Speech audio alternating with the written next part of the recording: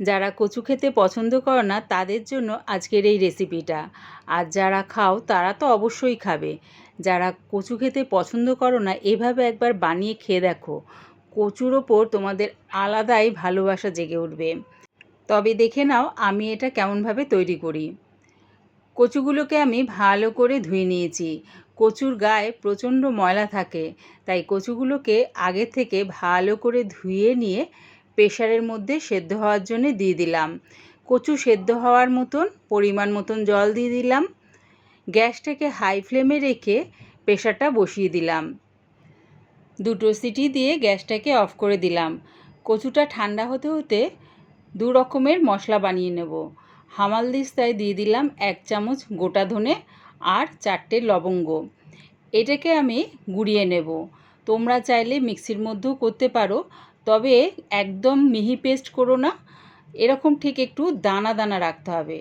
আরেকটা মশলা বানিয়ে নেব। বাটির মধ্যে দিয়ে দিলাম 1 চামচ ধনের গুঁড়ো, 1/2 চামচ জিরের গুঁড়ো, 1/2 চামচেরও কম ঝাল লঙ্কার গুঁড়ো, আন্দাজ করে হলুদ গুঁড়ো, কালারের জন্য দিলাম 1 চামচ কাশ্মীরি লঙ্কার গুঁড়ো, দিলাম কাসুরি মেথি।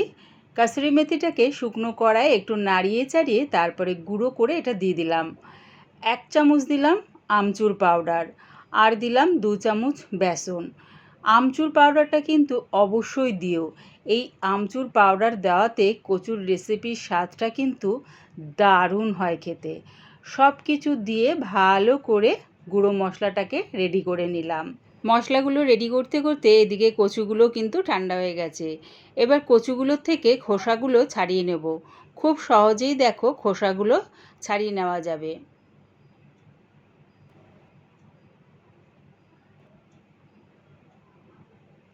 খোসাটা ছাড়িয়ে নিয়ে আমি কচুটাকে 2 টুকরো করে নিচ্ছি।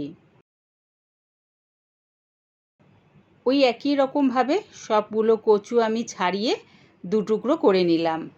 কড়ার মধ্যে দিয়ে দিলাম পরিমাণ মতন সর্ষের তেল। রান্নাটা কিন্তু অবশ্যই সর্ষের তেলে করো। তেলটা ভালো মতন গরম হয়ে গেলে ফোড়নের জন্য দিলাম গোটা জিরে, সর্ষে, দিলাম 1 চামচ জোয়ান।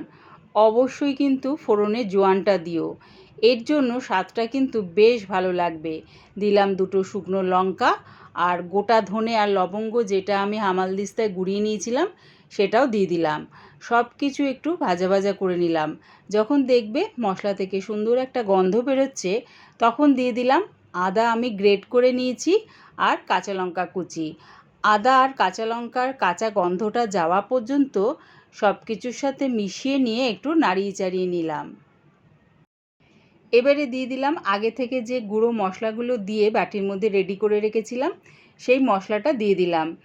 অল্প অল্প জল দিয়ে মশলাটাকে ভালো করে কষিয়ে নেব। এই সময় কিন্তু গ্যাসটাকে মিডিয়ামে রেখে দিয়েছি। বেসনটা দিয়েছি কেন জানো? বেসনটা দিলে কি হবে, দেখবে কচুর গায়ে মশলাগুলো খুব সুন্দরভাবে আটকে থাকবে। তাই জন্য বলবো অবশ্যই কিন্তু বেসনটা দিও। মশলাটা খুব সুন্দর করে কষানো হয়ে গেছে, তেলটাও ছেড়ে দিয়েছে।